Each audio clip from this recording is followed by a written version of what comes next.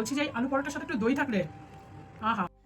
Hello বন্ধুরা, আশা করি কাছে দূরে যে যেখান থেকে আমার ভিডিওটি দেখছো তোমরা সকলে ভালো আছো এবং সুস্থ আছো, আর আমরা ঠিকঠাকই আছি।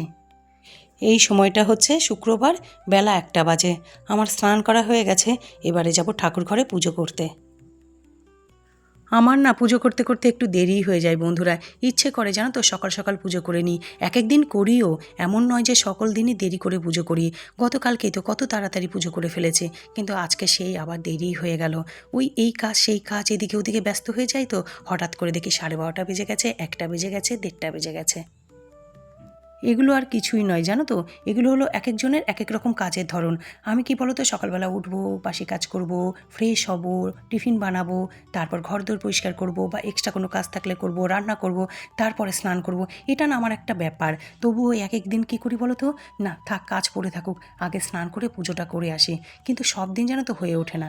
কিন্তু এই ব্যাপারটা আবার আমার শাশুড়ি মায়ের ক্ষেত্রে দেখতাম অন্যরকম। সকল কাজ পড়ে থাকুক, তিনি ঠিক সকালবেলা চা বিস্কুট সকল কিছু খেয়েই তার যা নিজস্ব কাজ সেগুলো করে একদম স্নান করে ঠাকুর ঘরে চলে আসতেন। কোনো দিকে তাকাতেন না। ভীষণ ভালো অভ্যেস ছিল ওনার এইটা। এখন 2:15 বেজে গেছে, এবারে খাবো। আর আজকে কি কি রান্না হয়েছে সেগুলো তো তোমরা আগের ব্লগে দেখেইছো। ঠাকুরঘর থেকে জানো তাও মিনিট 20 হলো চলে এসেছি, কিন্তু ওই আর কি একটু বসেছিলাম, একটু রিল্যাক্স করছিলাম যে খাবো, একটু পরে খাবো। কী বলো তো, এই কটা দিন এত চাপ গেছে না এই রান্নাঘর করে, আমার মাথা টাথা যেন তো ভার হয়েছিল। আজকে একদম শ্যাম্পু করে তারপর তো দেখতেই পেলে যে আমি এত প্যাক বানিয়ে নিয়েছিলাম 1 বাটি, পুরো সেগুলো মেখে মুখে আরাম করে স্নান করলাম জানো তো, খুব আরাম লাগছে আজকে। খাবার নিতে নিতে আমি ডিমের ঝোলের বাটিতে দেখো 2টো গোটা ডিম নিলাম, আর সঙ্গে নিলাম এত বড় একটা ধামসা আলু। কেউ কিছু মনে করো না কিন্তু, কি বলো তো, আমার না মাঝে মাঝে এরকম 2টো ডিম খেতে খুব ভাল লাগে।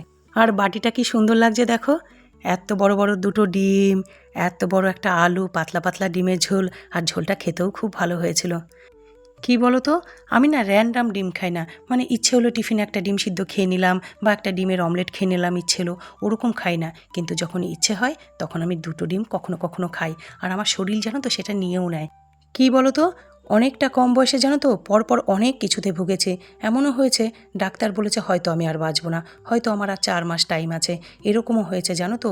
তো তার ফলে কি হয়েছে, আমার না অনেক কিছুতে শরীরে ঘাটতি এসে গেছে। বেঁচে গেছি, সুস্থ আছি, নিজের মতো করে আছি, কিন্তু ঘাটতি শরীরে অনেক কিছু হয়ে গেছে। তাই জন্য আমার হাই প্রোটিন খেলে না কিচ্ছু অসুবিধা হয় না।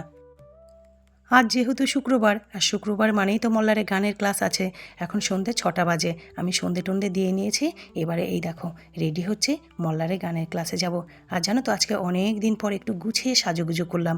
কটা দিন তো কাজে কাজে ব্যস্ত ছিলাম, আজকে খুব পরিষ্কার করে স্নান করেছি। তারপরে এই যে এখন খুব সুন্দর করে সাজুগুজু করেই মল্লারে ক্লাসে গেছি। ওখানে জানো তো আমার সকল বন্ধুরা বলছিল তুই তো বেশ সেজে গুজিয়ে এসেছিস, আর আমরা জানো তো অনেক ছবিও তুলেছি আজকে। যখন মৃত্যু মুখ থেকে ফিরে এলাম, আর সেটা জানো তো একবার নয় বারবার, তখনই ভেবেছিলাম যে এবার যে কটা দিন বাঁচবো ভালোভাবে বাঁচবো, নিজের মতো করে বাঁচবো, নিজের টুকু নিয়ে বাঁচবো। কে কী বলল, কে কী শোনালো, কে কী করলো, না অন্যেরটা আমি দেখি কখনো, না দেখব, নিজের মতো করে বাঁচবো। সেই থেকেই জানো তো গান শেখা, আর নাচটা তখনও শিখিনি, এখনও শিখি না। কোনো প্রোগ্রামের 1 সপ্তাহ আগে রঞ্জনাদি আমাদেরকে ডাকে, আমাদেরকে দিয়ে রিহার্সাল করায়, তারপর আমরা পারফর্ম করি, আর তারপর রঞ্জনাদি খুশি হয়, সকলে ভালো বলে, ব্যাস এই পর্যন্তই। কিন্তু ইদানিং জানো তো নাচটাও খুব ভাল লাগছিল, মনে হচ্ছিল গানের পাশাপাশি যদি নাচটাও একটু আধটু রাখতে পারতাম। কিন্তু শরীর বলছে থামতে হবে। মাঝে মাঝে 1-8টা প্রোগ্রাম ঠিক আছে, কিন্তু সকল নাচের প্রোগ্রাম আমার শরীর হয়তো দেবে না। তাই জন্য জানো তো আগামী বেশ কয়েকটা নাচের প্রোগ্রাম আমি ক্যান্সেল করলাম।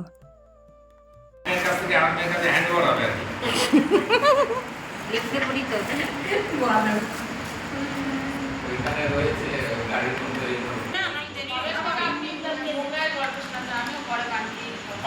না আমি একটু আবার ভিডিও করে নিই। তোমার শেষ হয়ে গেল?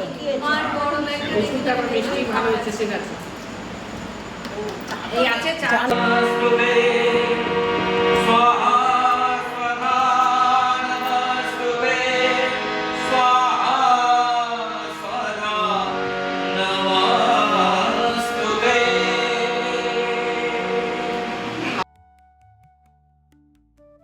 ওইখানে আসো, খালি পায়ে তুলে আসো ওখানে। ঘুরে আসবে।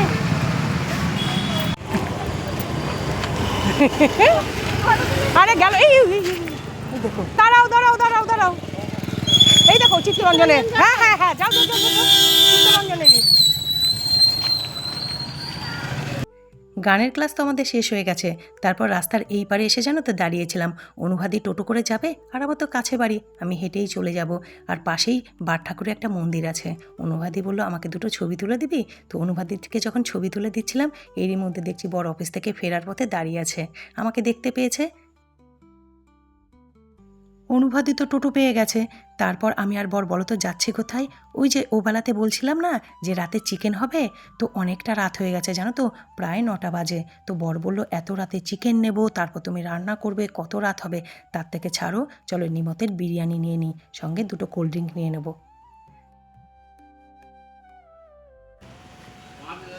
हम ठीक किए, हम एक तो पद्धति चालू कर रहा है। लड़का लोग जाएगा लड़की लोग का पास। দোকানটায় সারা দিনই বিরিয়ানি পাওয়া যায়, আর দুপুরের পর থেকে তো বলার না, ভীষণ বিক্রি বাট্টা। আর আমরা এতটা রাতে এসেছি নিতে, একটাও জানো তো লেগ পিস পাইনি। বিরিয়ানিটা ভালো পেয়েছি, ঝরঝরে সুন্দর, কিন্তু লেগ পিস জানো তো একটাও পাইনি। এখন হচ্ছে পরের দিন, শনিবার সকাল 7টা বাজে। আমি রান্নাঘরে চলে এসেছি সকালের ব্রেকফাস্ট বানাতে। আর আমার কাছে দূরে যে যেখানে আছো আমার সকল বন্ধুদের জানাই শুভ সকাল। সকলের সারাটা দিন খুব ভালো কাটুক, আনন্দে কাটুক।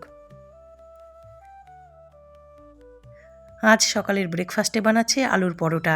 গতকালকে যে আলুটা সিদ্ধ করেছিলাম তার অনেকটা রয়ে গেছে, সেটাকেই এখন সুন্দর করে প্রসেস করে পুর বানিয়ে নেবো আর কি। আর সঙ্গে করব বাদাম দিয়ে একটা শুকা আলু মতো কিছু সবজি।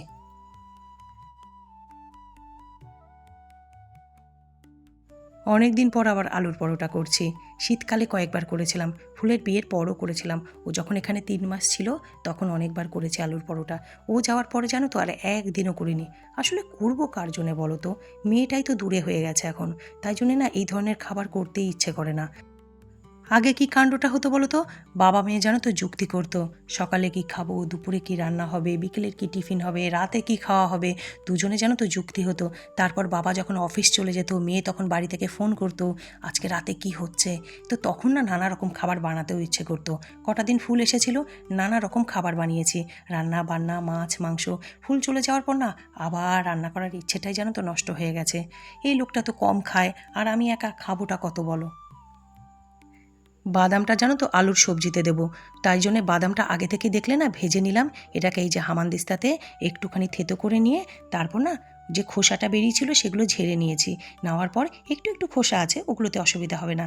দেখো আলুর মধ্যে দিয়ে দিয়েছি, তারপর অনেকটা করে কাঁচা লঙ্কা কুচি দিলাম, মিষ্টি দিলাম, তারপরে হাতের সাহায্যে একটু জলের ছিটে দেবো, দিয়ে চাপা ঢাকা দিয়ে নেড়ে ছেড়ে নামিয়ে নেবো।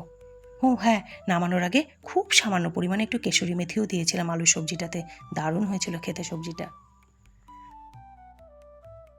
এইখানে কড়াইতে প্রথমে দিলাম একটু সাদা তেল, তার মধ্যে আদা গ্রেট করে দিচ্ছি। দেওয়ার পরে কালকে যে মেখে রাখা আলু সেদ্ধ সেইটাকে দিয়ে দিলাম, দিয়ে ভালো করে নেড়ে চেড়ে নামানোর আগে কেশরি মেথি আর একটু মিষ্টি দিয়ে আবারও ভালো করে নেড়ে চেড়ে নামিয়ে নিচ্ছি। ব্যাস রেডি আমার আলুর পরোটার জন্য আলুর পুর।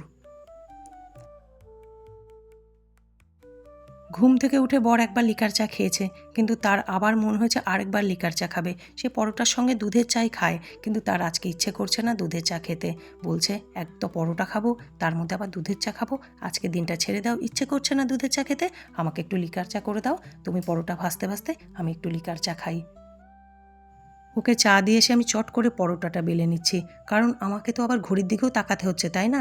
কারণ টাইম হয়ে গেলে তাকে আর বাড়িতে পাওয়া যাবে না, কোনো মতেই তাকে আটকানো যাবে না, 2 মিনিটও লেট হওয়া চলবে না, তাকে একদম টাইমলি অফিসে পৌঁছাতেই হবে।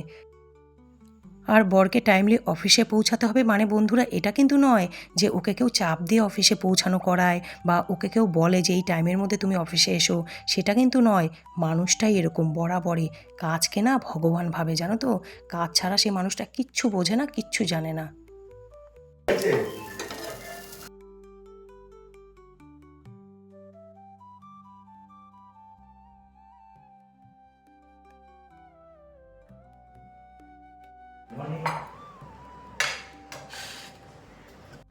সকালের জল খাবারের প্লেট একদম রেডি হয়ে গেছে। আর আলু পরোটা আর আচার হবে না সেটা তো হতেই পারে না, তাই দেখো একটু আচার দিলাম, দিয়ে আগে মানুষটাকে খেতে দিয়ে আসি, ও খেতে থাকুক, তারপর আমি আমারটা ভেজে নেব।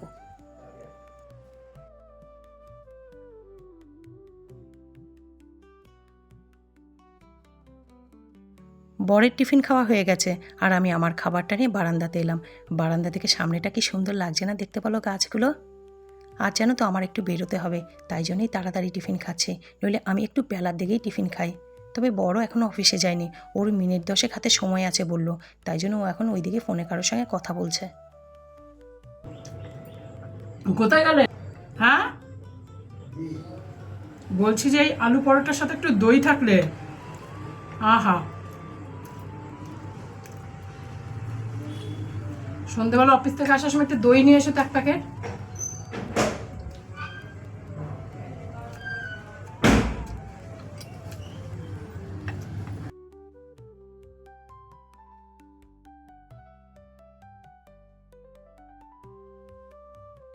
আর বন্ধুরা, আমার আজকের ভিডিও শুধু খাওয়ার উপরে।